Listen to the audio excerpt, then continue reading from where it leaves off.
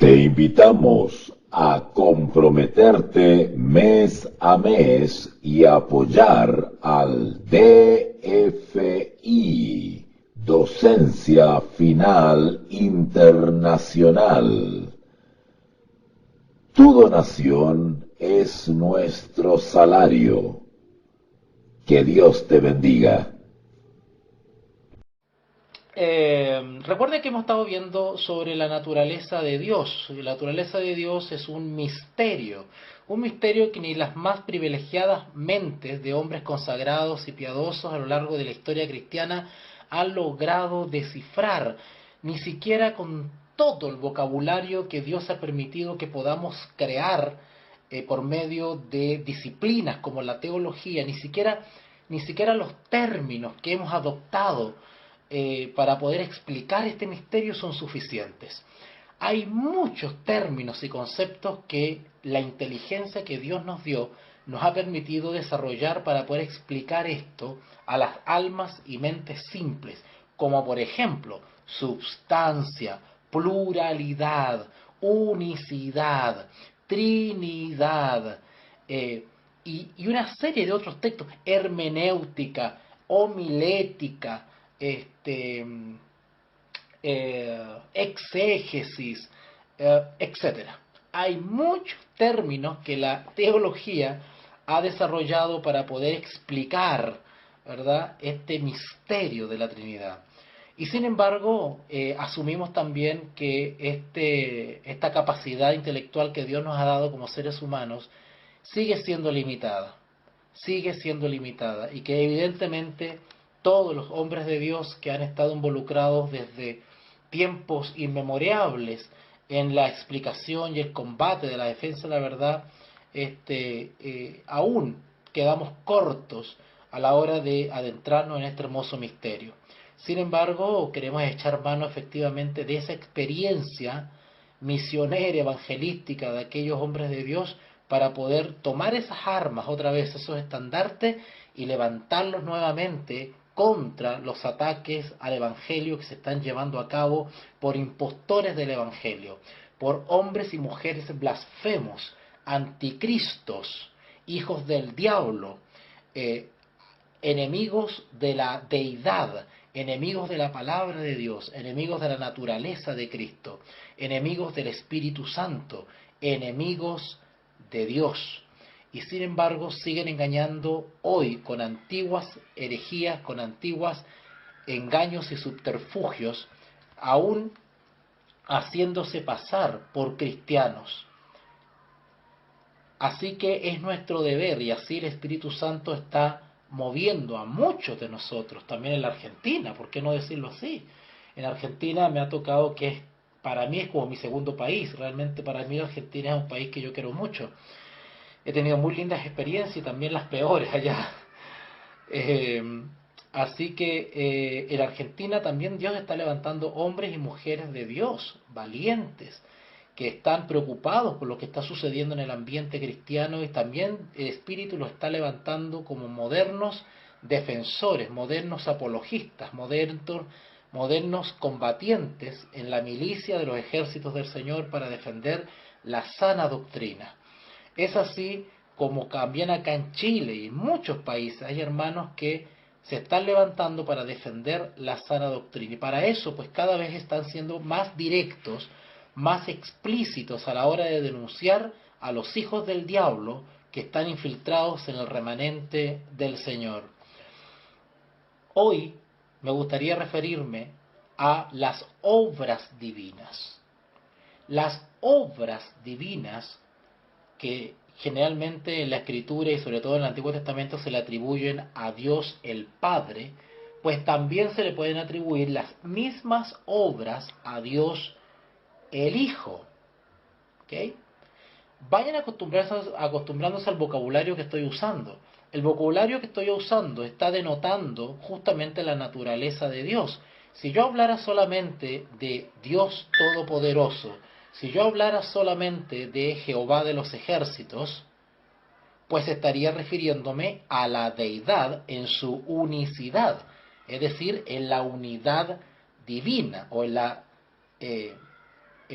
unidad, ¿verdad?, de la divinidad. Pero cuando modifico mi vocabulario y comienzo a expresarme de manera que digo Dios el Padre, automáticamente ustedes captan, el alumno, el estudiante tiene que captar que al decir Dios el Padre estoy inmediatamente identificando estoy individualizando ya no la singularidad, ya no la unicidad de Dios, ya no la unidad, ya no la generalidad, sino que ahora estoy explicitando su pluralidad. Estoy haciendo referencia automáticamente a las personas divinas que conforman la deidad. Por lo tanto, la misma expresión que dice Padre, Dios el Padre, evidentemente está denotando que existe un Hijo. Entonces, al decir Dios el Padre, estoy hablando de uno. Al reconocer que existe un Dios el Hijo, estoy hablando de dos. Y después, al hablar de Dios el Espíritu Santo, estoy hablando de tres. Cuando digo tres, o trinitas, o trino, no me estoy refiriendo a escalas de estatus, de importancia o de poder. No estoy hablando de eso. No estoy hablando de que uno es más poderoso porque está arriba y el de abajo es menos poderoso y el de abajo es menos poderoso. No estoy diciendo eso. Simplemente estoy individualizando y haciendo resaltar a las tres personas que conforman a nuestro Dios único. ¿Recuerdan el texto de Deuteronomio? Oh Israel, tu Dios uno es. ¿Okay? Ahí se está señalando la unicidad o unidad de la deidad. Pero cuando empiezo a usar el resto de expresiones bíblicas como Hijo del hombre, Hijo de Dios, ¿verdad?, el Espíritu de Dios, el Espíritu de Cristo, el Hijo de Dios, el Verbo, ¿ok?, Dios el Padre. Cuando empiezo a usar esos términos, automáticamente el estudiante bíblico tiene que decir, se está refiriendo o está haciendo notar inmediatamente la pluralidad de Dios, ¿vale? Ok, así que para que vamos familiarizándonos con este vocabulario, porque los herejes anticristos se están valiendo de ese poco adiestramiento, de ese poco bagaje en las expresiones bíblicas o teológicas para sorprendernos fuera de base e confundirnos con las mismas expresiones dándole una interpretación distinta, como es el caso de lo que están haciendo con la expresión Espíritu de Cristo, ¿verdad?, que es la que está sonando más fuerte dentro del mundo herético, el Espíritu de Cristo. Y nosotros, al no conocer esa expresión y su contexto, pues nos sorprenden, ¿verdad?, y nos confunden. Recuerden también la estrategia satánica de la herejía cristiana, que se basa primero en la lógica. Sus argumentos son muy lógicos. Eso quiere decir que nos hace sentido, ¿ok? Oye, sí, tiene sentido, y como que tendemos a no encontrarle peros, ¿verdad? Como que es muy, muy plausible, muy digerible. Entonces por ahí nos persuaden. Y lo otro es que juegan justamente a llenar un vacío que tiene el estudiante por la poca experiencia, por el poco conocimiento bíblico, y por su poca conocimiento de la palabra de Dios. Así que estuvimos viendo respecto a los atributos. Eso lo vimos en la grabación, en la clase pasada, que los atributos de Dios el Padre son igualmente aplicables a Dios el Hijo.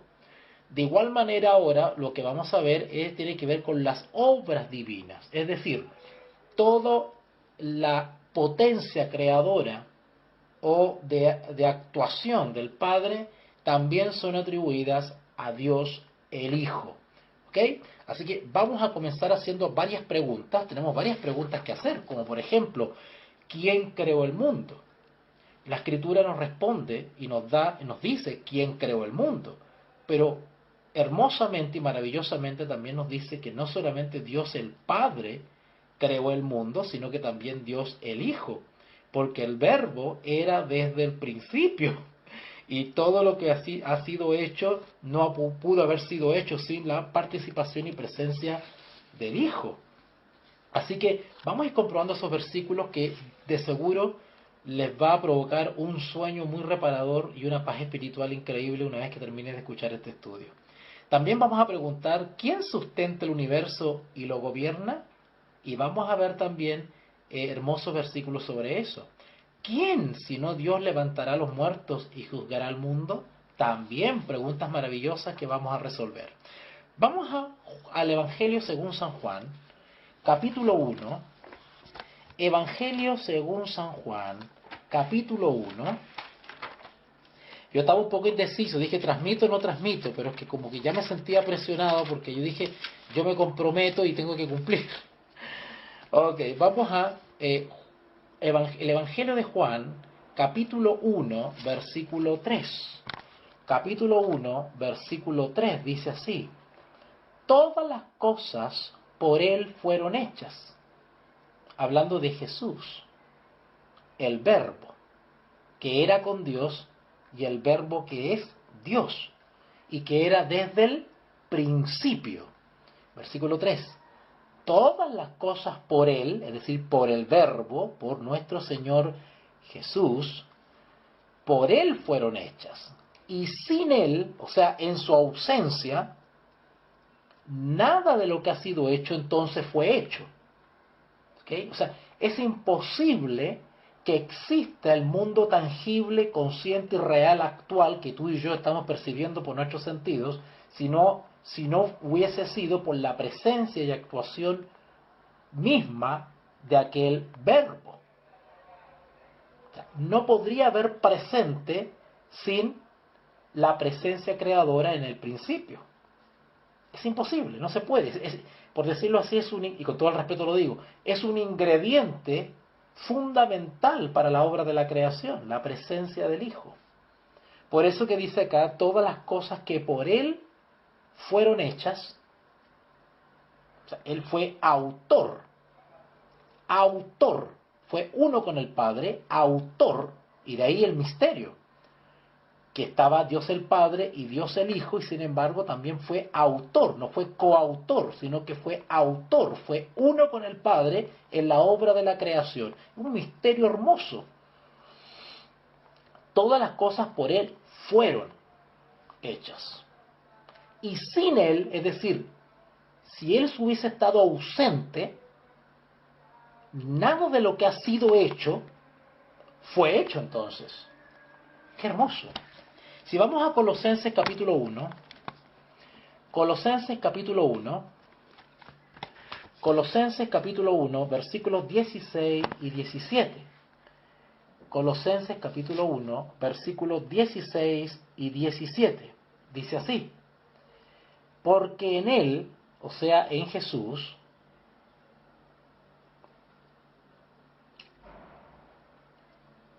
fueron creadas todas las cosas, las que hay en los cielos y las que hay en la tierra, visibles e invisibles, sean tronos, sean dominios, sean principados, sean potestades, todo fue creado por medio de Él y para Él. ¿Ok? ¿Quién creó el mundo entonces? Y todos estos textos se aplican a Jesús como creador. Todos estos textos se aplican a Jesús como creador. ¿Ok? Ahora, ¿quién sustenta el universo y lo gobierna?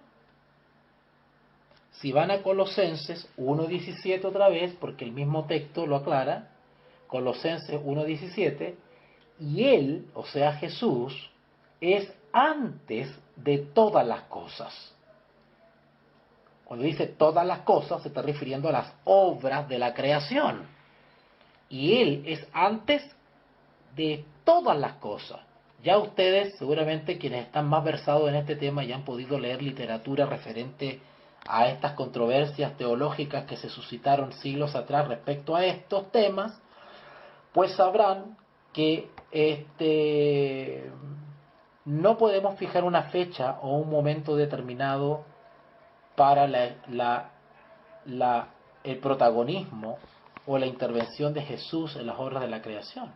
Porque el texto nos habla de que Él es de antes, que Él es antes de todas las cosas. Antes que todas las cosas existiesen, ustedes y yo que están escuchando no teníamos conciencia, no existíamos. Por lo tanto, no podemos determinar desde cuánto más atrás se remonta la existencia de nuestro Señor Jesús. No podemos determinarlo. No sabemos cuántos millones y millones y millones y millones y millones y millones eternos para atrás, por decirlo de alguna manera, se puede contabilizar la existencia de Cristo, su presencia en el universo, y siendo uno con el Padre, el Verbo. En Él, porque y Él es antes de todas las cosas, y todas las cosas en Él subsisten. Entonces cuando nos hacemos la pregunta de quién sustenta el universo y quién lo gobierna, pues evidentemente no necesitamos ningún texto para eso, creo que todos lo sabemos, lo hemos estudiado, Dios. Pero la pregunta nuestra es, ¿también Jesús? Sí, según los textos bíblicos, Jesús es quien creó el mundo, quien sustenta el universo y quien lo gobierna. Porque es del mismo ser, de la misma sustancia y es uno con el Padre desde la eternidad. Porque Jesús es Dios. Si vamos a Hebreos capítulo 1, vamos para allá. Hebreos capítulo 1. En Hebreos capítulo 1, versículo 3, dice así: el cual, siendo el resplandor de su gloria y la imagen misma de su sustancia, la imagen misma de su sustancia, y quien sustenta todas las cosas con la palabra de su poder, habiendo efectuado la purificación de nuestros pecados por medio de sí mismo, se sentó a la diestra de la majestad en las alturas. Qué hermoso texto. Y si van a Mateo 28, 18, Mateo 28, 18, vamos a Mateo 28, 18. Dice así, Mateo capítulo 28, versículo 18. ¿Ok? Y Jesús se acercó y les habló diciendo: toda potestad me es dada en el cielo y en la tierra. Todo poder. Y ese poder le ha sido dado para gobernar. Para gobernar. Todo poder o potestad. Ya vimos ya que una atribución de Dios, el Padre, que es lo todopoderoso, lo omnipotente, que es lo mismo, también es un atributo de Jesús. También Jesús es omnipotente y todopoderoso. Lo acabamos de leer. Toda potestad me es dada en el cielo y en la tierra. ¡Wow! Y el poder de su naturaleza divina o la evidencia de su origen divino lo vimos claramente expresado cuando él realizaba esos tremendos milagros. ¿Te acuerdas que le respondía a los fariseos y le decía, ¿qué es más fácil decir? ¿Tus pecados te son perdonados o levántate y anda? Para que sepáis que el Hijo del Hombre tiene poder. ¿Ok? Qué maravilloso, ¿verdad? Así que ya estamos viendo varias cositas más. Con ese mismo poder, que es la atribución de la deidad, que es atribución del Dios Padre, todopoderoso y omnipotente, también con ese mismo poder nuestro Señor Jesús crea, gobierna, ¿verdad? Y sustenta el universo. Si no se caen los planetas y no se caen todas las estrellas encima nuestro, es porque Dios está al control, haciendo uso de ese poder, de esa potestad que dice acá Mateo 28:18, toda potestad me es dada en los cielos y en la tierra. Qué hermoso, qué lindo. Ok, entonces ya respondimos dos preguntas. ¿Quién creó el mundo? Jesús. ¿Quién sustenta el universo y lo gobierna? Jesús. Y ahora vamos a ver quién, sino Dios, levantará a los muertos y juzgará al mundo. Vamos a ver algunos versículos. Si vamos a San Juan capítulo 5, San Juan capítulo 5, en San Juan capítulo 5, dice en el versículo 28 y 29, 28 y 29, dice, no os maravilléis de esto, porque vendrá hora cuando todos los que estén en los sepulcros oirán su voz, y los que hicieron lo bueno saldrán a resurrección de vida, mas los que hicieron lo malo a resurrección de condenación. ¿Okay? Es necesario que todos nosotros comparezcamos ante el tribunal de Cristo. Noten que dice tribunal de Cristo. Segunda de Corintios 5:10. Segunda de Corintios 5:10.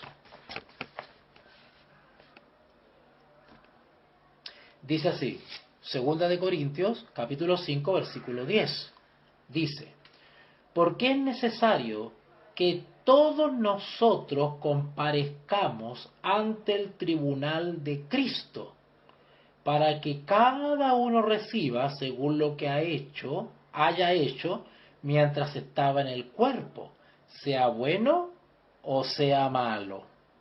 El Señor Jesucristo afirmó esto mismo en una parábola. ¿Se acuerdan ustedes qué parábola era eso? Que tiene que ver con el juzgar. Es decir, juzgar es realizar una obra de discriminación o distinción que es implícita al acto de juzgar. ¿Se va entendiendo un poquito? Ok. El acto o el trámite judicial de juzgar o deliberar tiene implícito una acción de discriminación, es decir, de distinción entre el que es y el que no es. Y esa parábola es la famosa parábola de las ovejas y los cabritos. ¿Se acuerdan de esa? Vayan ahí a Mateo 25:32. Mateo 25:32. Los hijos e hijas de Dios, hermanos míos que me están escuchando, hoy en día tienen que comprometerse de rodillas ante la divinidad bíblica para ser soldados de Jesucristo, y que el Espíritu Santo nos indique cuál es nuestra misión. Si nuestra misión es la educación, si nuestra misión es la defensa, si nuestra misión es la amonestación, si nuestra misión es el evangelismo, si es la sanidad, si es la alabanza. Y el Espíritu Santo puede pasarte, por decirlo así, de un departamento a otro cuando el Espíritu lo estime necesario, que tú le eres útil para esa misión. Hay personas, hay seres humanos que son multifacéticos, tienen aptitudes naturales, y hay otros que tienen aptitudes que han sido otorgadas por el Espíritu Santo, que son los dones. Y en la medida que somos fieles al don y a la misión que Dios nos ha dado, Dios va a confiar en nosotros otras misiones y va a poner sobre nuestros hombros otras responsabilidades. Así como aquel que ha sido llamado para enseñar, que se le ha dado el don de la enseñanza o del ser maestro o profesor de la Biblia, también puede usar ese mismo don y ese mismo ministerio para usarlo para la defensa del Evangelio. ¿Okay? Quería usar la palabra cruzada, pero no quiero herir sensibilidades. Pero si se entiende bien la palabra cruzada, ¿verdad? O campaña, campaña militar, en el sentido espiritual, pues Dios nos puede llamar para una cruzada, para una campaña, para una misión militar especial para defender su verdad. Y es lo que estamos haciendo muchos al explicar estas cosas, porque nos estamos oponiendo a los herejes nos estamos oponiendo a los anticristos humanos, a los blasfemos que están atacando justamente la deidad bíblica, que están poniendo en duda la personalidad del Espíritu Santo, su eterna deidad. Al lanzarse contra la persona del Espíritu Santo, se están lanzando contra Dios mismo y están atacando la misma unidad de la deidad. Es un acto suicida lo que están haciendo. Pero ¿por qué no se dan cuenta ni lo ven? Porque eso se llama fanatismo. Porque ya no están siendo guiados por el Espíritu, porque lo han puesto en duda.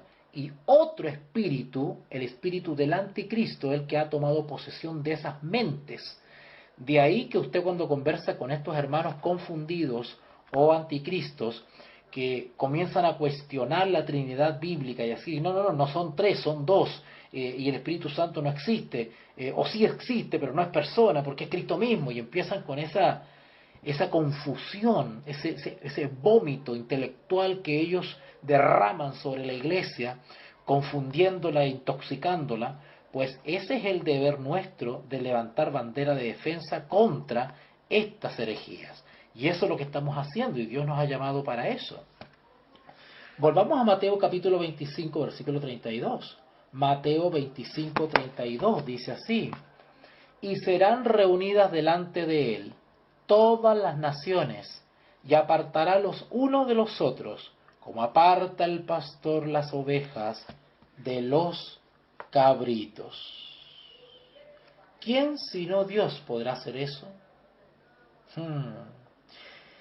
¿Quién sino Dios puede dar vida eterna?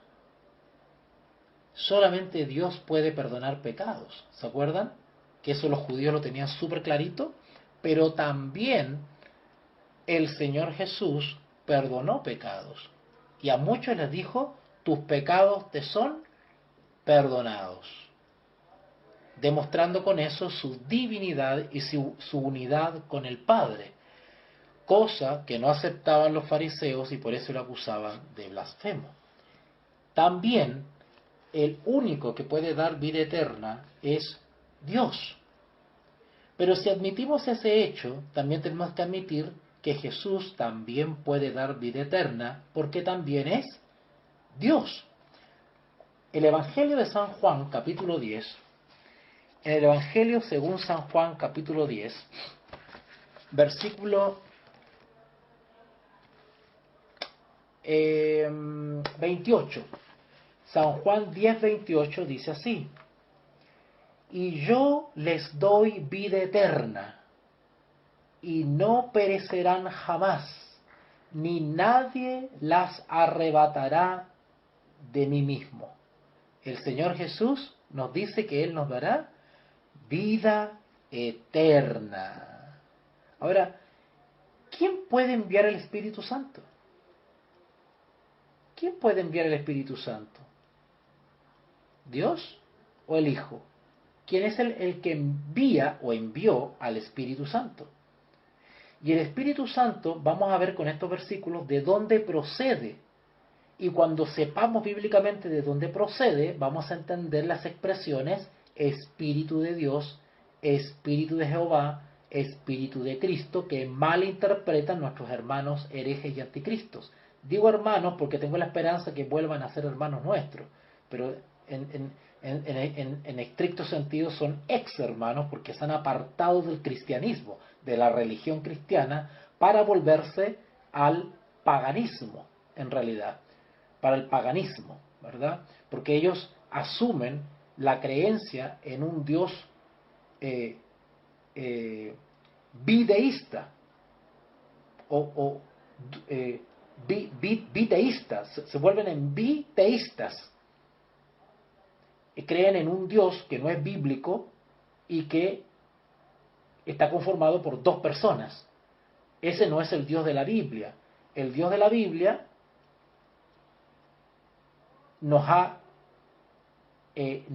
se ha manifestado en tres personas divinas.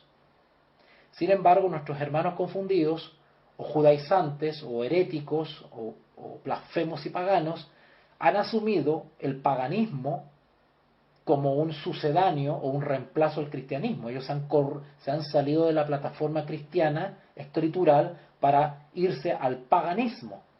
Y es paradójico porque ellos, en su confusión mental, en su ofuscación y tinieblas espirituales, nos acusan a los cristianos de ser paganos por creer en las tres personas claramente señaladas en la Escritura. Es impresionante. Cuando los paganos justamente son ellos que creen en un Dios bipersonal. Ellos creen en un biteísmo. ¿Ok? Ok. O duoteísmo. Bueno, no sé. Ok. Si ustedes van a San Juan 16:7, Juan 16:7, y al creer en un Dios de dos personas, que no es bíblico, pues los paganos son ellos. Es más, los politeístas son ellos, porque creen en un Dios que no es el verdadero, no es el Dios de la Biblia. Dice en San Juan 16:7, dice, pero yo os digo la verdad, os conviene que yo me vaya, porque si no me fuera, el Consolador no vendría a vosotros, mas si me fuere, os lo enviaré. ¿Notaron esa expresión? Os lo enviaré. Es decir, yo, Jesús, lo enviaré. ¿Cuál es la procedencia del Espíritu Santo? ¿Quién lo envía? ¿De dónde viene? Del mismo trono de Dios. Es Jesús quien envía al otro, o sea, al tercero. ¿Ok? Ok. Y ya hemos probado con otros textos que el Espíritu Santo proviene del trono de Dios. Cuando las expresiones bíblicas, y lo repito como por cuarta vez, para aquellos que no han escuchado las otras clases, cuando la Biblia habla del Espíritu de Cristo, el Espíritu de Dios, el Espíritu de Jehová, el de está haciendo referencia a la procedencia. Pero los hermanos que han apostatado al cristianismo interpretan eso como que no es un tercero, no es otro el Espíritu Santo, sino que es el mismo Cristo. ¿Ah? Porque como dice el Espíritu de Cristo, entonces es Cristo mismo, dicen ellos. Es una confusión tremenda. Es una confusión tremenda. Así que, si ustedes van a Efesios ahora, vamos a Efesios capítulo 5, un libro que ya habíamos estudiado ya antes, en clases anteriores. En Efesios capítulo 5, versículos 25 y 26. Efesios capítulo 5, versículos 25 y 26 dice así: Maridos,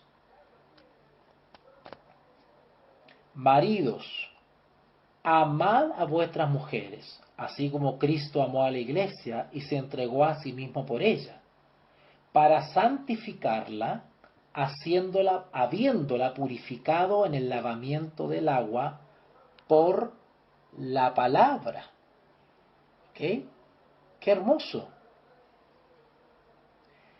Cuando este texto dice para santificarla, habiéndola purificado en el lavamiento del agua por la palabra, nos está haciendo notar la capacidad y el poder y la autoridad del Espíritu para santificar. Es una misión, es una operación del Espíritu, la santificación.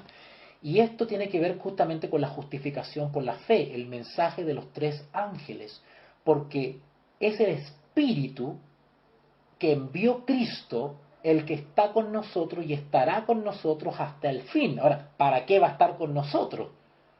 Va a estar con nosotros porque es el Espíritu justamente el que ha gatillado en nosotros esa inquietud por las cosas de Dios, ese interés por las cosas de Dios, ese amor por las cosas de Dios, quien nos ha redarguido de pecado, nos ha convencido de juicio, de justicia, quien ha enternecido, quien ha abierto nuestro entendimiento para comprender las cosas celestiales.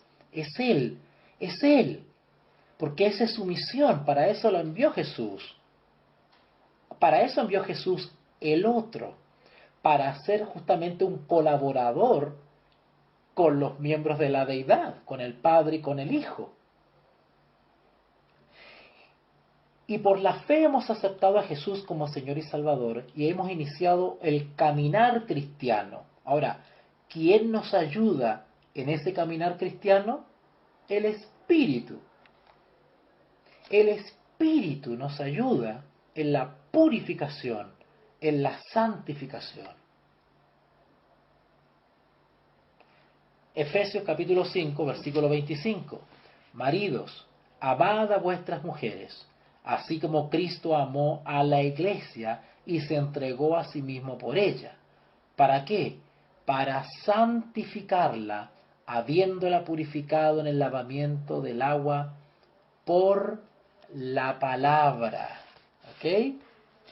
Cristo amó a la iglesia y se entregó a sí mismo por ella, para santificarla, habiéndola purificado en el lavamiento del agua por la palabra. ¿Ok?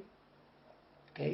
Recuerden esa escena hermosa cuando Jesús acudió al bautismo y el Espíritu Santo se posó sobre él y le acompañó todo su ministerio. Hay cosas que solo Dios puede hacer, pero el Señor Jesucristo también hace estas cosas. Y si es así, Jesús tiene que ser Dios, ¿verdad? Las palabras y acciones de Jesús en esta tierra nos llevan a la misma conclusión. A lo largo del Antiguo Testamento leemos que los profetas presentaron sus mensajes diciendo, así dice Jehová. Cuando vino Jesús, su enseñanza también tuvo una autoridad única. Hizo tambalearse a aquellos que la oyeron. ¿Recuerdan ustedes ese texto de Mateo capítulo 7, versículo 28? Mateo 7, 28, vamos para allá. Mateo 7, 28. En Mateo 7, 28 se nos sigue describiendo algo hermoso. Mateo capítulo 7, versículos 28 y 29. Dice, y cuando terminó Jesús estas palabras, la gente se admiraba de su doctrina, porque le enseñaba como quien tiene autoridad, y no como los escribas. Las personas estaban acostumbradas a la enseñanza de los judíos, con sus inconsecuencias y su hipocresía. Pero de repente aparece uno, en la sencillez de sus costumbres y sus acciones, y ven que había un contraste con los eruditos. Ven a uno que no hablaba de manera tan elaborada como los escribas y fariseos, y sin embargo sus palabras tenían tanto poder, porque sus palabras iban acompañadas de la correspondiente acción. La acción o la obra o el acto o el hecho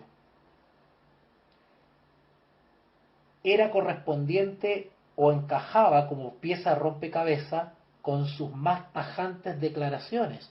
No había contradicción entre lo que decía y lo que vivía. Incluso, una de las maravillas del poder de Cristo era que sin hablar, su vida, su testimonio, sus actos tenían poder por sí mismos, porque sus actos eran actos de justicia. Actuaba o cada movimiento o cada acción que él realizaba estaba conforme a la ley. Sin exigir a los demás o enrostrarle en la cara la ley, Jesús, por cada acción y palabra que él realizaba, desarrollaba la ley durante el día, durante el quehacer diario. Jesús hablaba con su propia autoridad, diciendo, yo os digo. ¿Usted ha notado esas expresiones bíblicas? Cuando dice Jesús, yo os digo, no dice el Padre dijo, sino que yo os digo. Jesús está haciendo uso de la autoridad como Dios. Si van a Mateo capítulo 5, que está ahí cerquita, Mateo capítulo 5, versículo 18, dice, Mateo 5, 18 dice,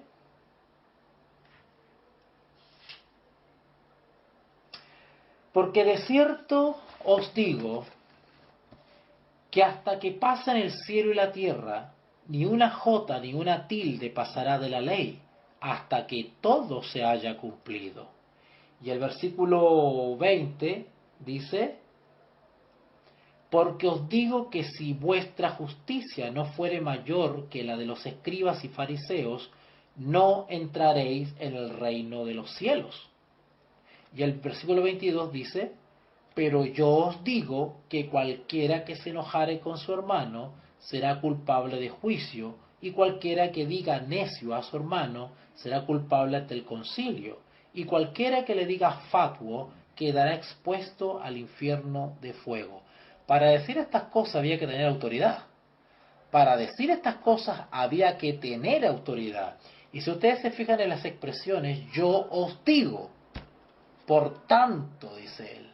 Él está hablando como la autoridad, con una autoridad propia. Ni siquiera una autoridad delegada o derivada o ganada con algún mérito, sino con una autoridad de origen, una autoridad legítima, natural, espontánea, una autoridad propia. Autoridad, la autoridad como Dios, como Dios. De la misma manera, Jesús hablaba de los demonios cuando estos salían. Había que tener autoridad divina para ordenar a los demonios que saliesen. ¿Lograremos nosotros hacer eso alguna vez? ¿Sucedió también alguna vez? Sí, porque nosotros podemos recibir poder de lo alto. Podemos recibir poder. ¿Cuándo lo vamos a recibir? ¿Qué condiciones son? Tema para otro estudio. En Marcos capítulo 1, si ustedes van para Marcos capítulo 1, dice ahí, Marcos capítulo 1, versículos del 21 al 27, del 21 al 27, dice, y entraron en Capernaum, y los días de reposo, entrando en la sinagoga, enseñaba. Y se admiraban de su doctrina, porque les enseñaba como quien tiene autoridad, y no como los escribas. Pero había en la sinagoga de ellos un hombre con espíritu inmundo, que dio voces. Interesante que pueda haber hermanito con espíritu inmundo, en la misma congregación. Wow.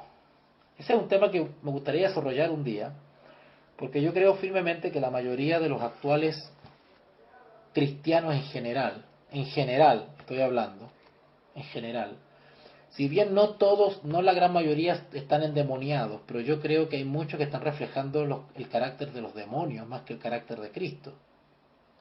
Yo creo que muchos están reflejando el carácter o las o están manifestando rasgos más bien de los demonios que los de Cristo.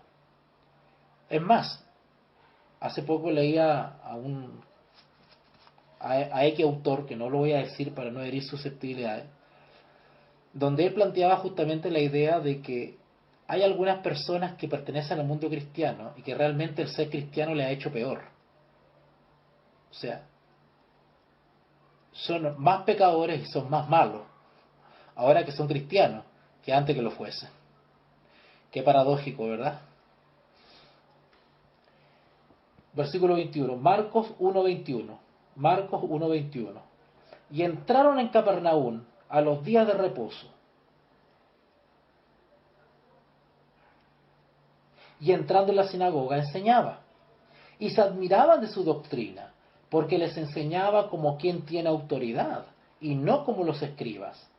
Pero había en la sinagoga de ellos un hombre con espíritu inmundo que dio voces, diciendo, ¿qué tienes con nosotros, Jesús Nazareno? ¿Has venido para destruirnos? sé quién eres, el Santo de Dios. Pero Jesús le reprendió diciendo, cállate y sal de él. Y el espíritu inmundo, sacudiéndole con violencia y clamando a gran voz, salió de él.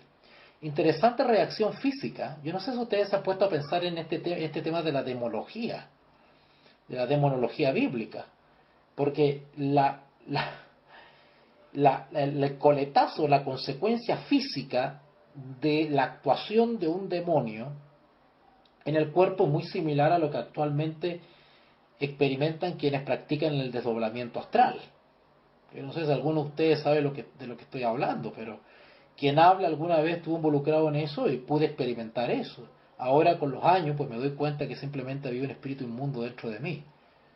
¡Wow! ¿Qué son las mismas manifestaciones físicas que están teniendo muchas iglesias caídas?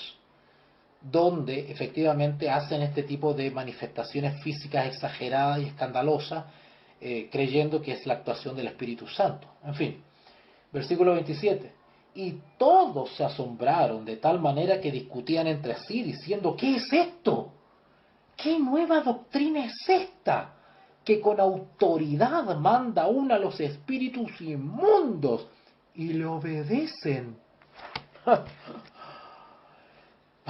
Bastaba solo con una palabra. ¿Qué diferencia en el actuar de Jesús con las largas y aburridoras e inertes ceremonias y ritos de los fariseos y de los judíos, que hasta el día de hoy siguen practicando?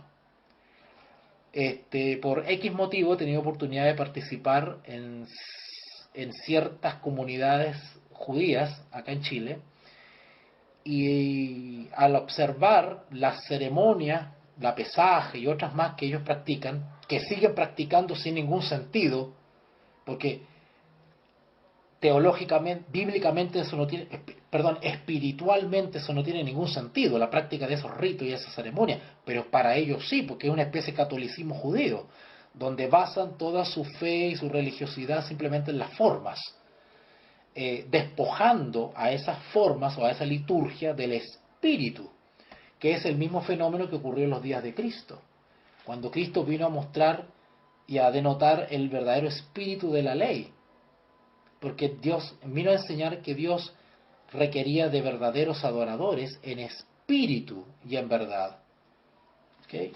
No en formas muertas y rituales.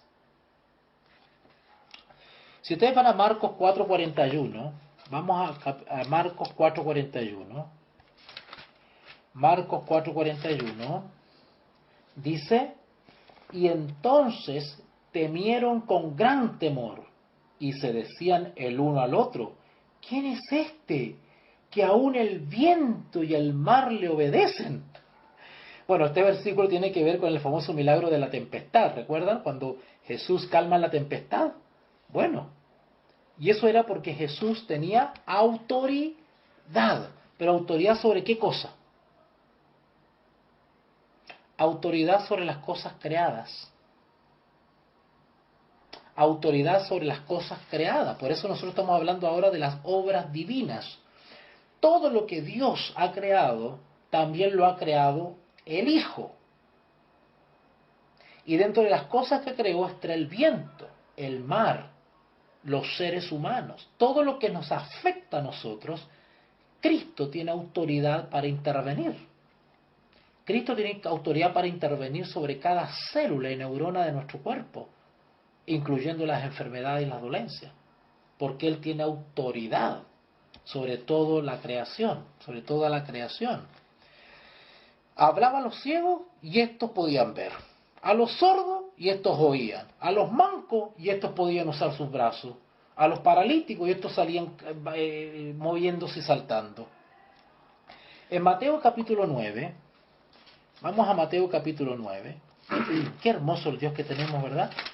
Este es el mensaje del tercer ángel, hermano.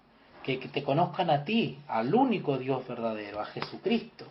Este es el corazón del mensaje del tercer ángel. En el libro de Mateo capítulo 9,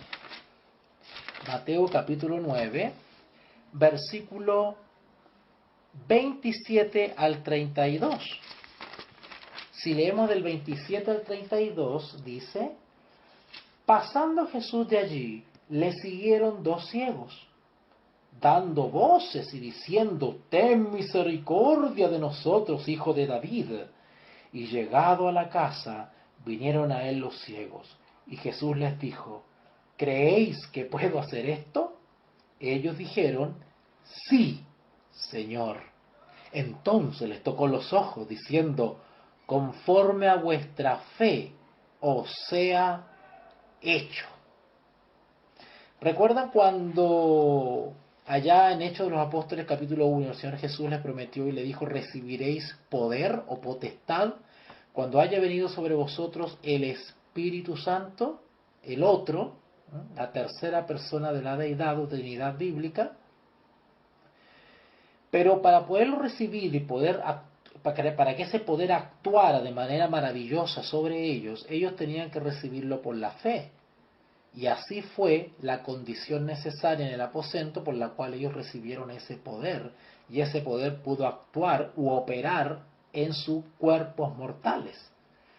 Fenómeno y milagro que también esperamos nosotros durante el último Pentecostés, que llamamos, o más conocido como el fuerte pregón o fuerte clamor. Ok. Versículo 30 entonces, estoy en Mateo 9:30. Y los ojos de ellos fueron abiertos, y Jesús les encargó rigurosamente diciendo: mirad que nadie lo sepa. Pero salidos ellos divulgaron la fama de Jesús. En Marcos capítulo 7, vamos para allá. Marcos capítulo 7, qué lindo repasar estas cosas, ¿verdad? Marcos capítulo 7, versículos 34 y 35, dice así: y levantando los ojos al cielo gimió y le dijo: Éfata, es decir, sé abierto.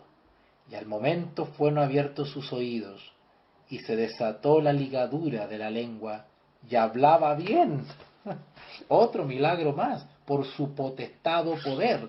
A su palabra los paralíticos andaban, los enfermos eran sanados, y los muertos eran resucitados. Bueno, no vamos a ver texto respecto a las resurrecciones que realizó el Señor Jesús. Creo que ya lo conocemos y no es necesario que los lea, ¿verdad?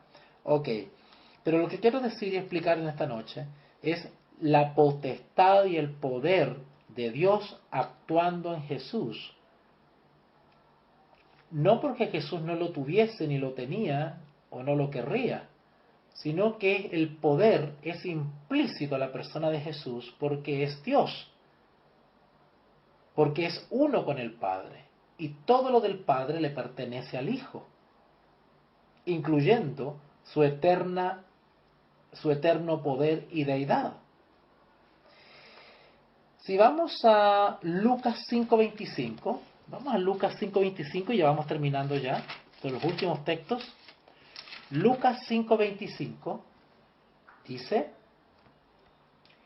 al instante levantándose en presencia de ellos y tomando el lecho en que estaba acostado, se fue a su casa y glorificando a Dios. Y el 26, y todos sobrecogidos de asombro glorificaban a Dios, y llenos de temor decían: hoy hemos visto maravillas. En el mismo Lucas 7:16 dice: y todos tuvieron miedo y glorificaban a Dios diciendo: un gran profeta se ha levantado entre nosotros y Dios ha visitado a su pueblo.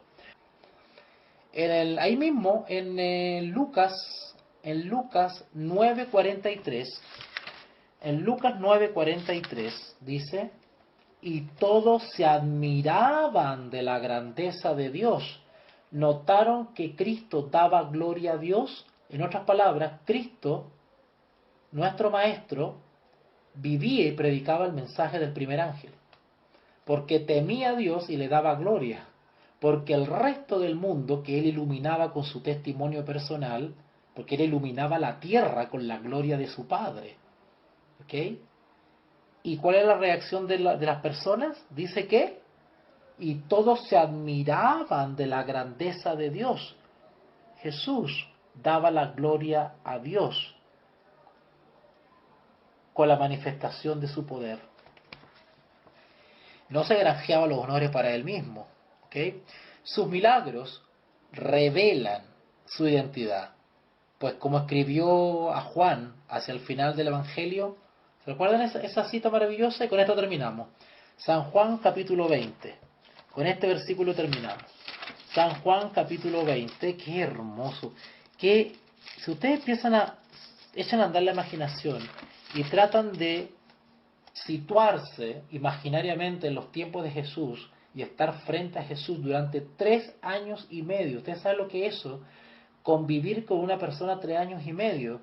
O sea, lo que está escrito en los evangelios no es una ínfima parte de todo lo que se podría decir que hizo Jesús. Noten que son 3 años y medio. Saquen la cuenta cuántos meses son 3 años y medio, cuántas semanas son 3 años y medio, cuántos días son 3 años y medio, cuántas horas son 3 años y medio. En 1 hora, ¿cuántas cosas hacía Jesús? El solo caminar por una calle, una mirada, un gesto, ¿cuántas cosas no hizo Jesús que son incontables y no están registradas en los evangelios? San Juan capítulo 20, versículos 30 y 31. San Juan capítulo 20, versículos 30 y 31. Dice, o sea Jesús, hizo además Jesús muchas otras señales en presencia de sus discípulos, las cuales no están escritas en este libro, pero éstas se han escrito para que creáis que Jesús es el ungido, el Mesías, el Cristo, el Hijo de Dios, y para que creyendo tengáis vida en su nombre. Justamente en esto están tropezando nuestros hermanos herejes y enemigos de Dios, los anticristos, que atacan la tercera persona de la Trinidad bíblica, que atacan a la tercera persona de la deidad bíblica, porque no creen que ella sea una persona, no creen que él sea una persona.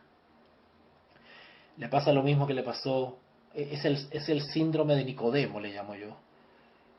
Nicodemo, con toda la erudición que tenía, no podía entender la operación del Espíritu, de aquel otro que está para apoyarnos, acompañarnos y ayudarnos en la santificación. Hermanos míos, hemos terminado una nueva clase donde hemos visto que las obras de Dios también son las obras de Cristo. Las obras de Dios Padre también son las obras divinas de Dios el Hijo. Así que hemos visto algunos textos que nos confirman esta realidad de la potestad o el poder de Jesús. Así que por ahora vamos a dejar hasta acá. Quedamos con una clase pendiente que tiene que ver con la adoración divina. Al adorar a Dios Padre como el Dios creador y también adorar al Hijo como el Dios creador del universo. Vamos a ver eso en nuestra próxima clase. Así que cerramos por hoy día lo que tiene que ver con las obras divinas compartidas tanto por el Padre como también por el Hijo, Dios el Hijo. Oremos. Te invitamos a comprometerte mes a mes y apoyar al DFI, Docencia Final Internacional. Tu donación es nuestro salario. Que Dios te bendiga.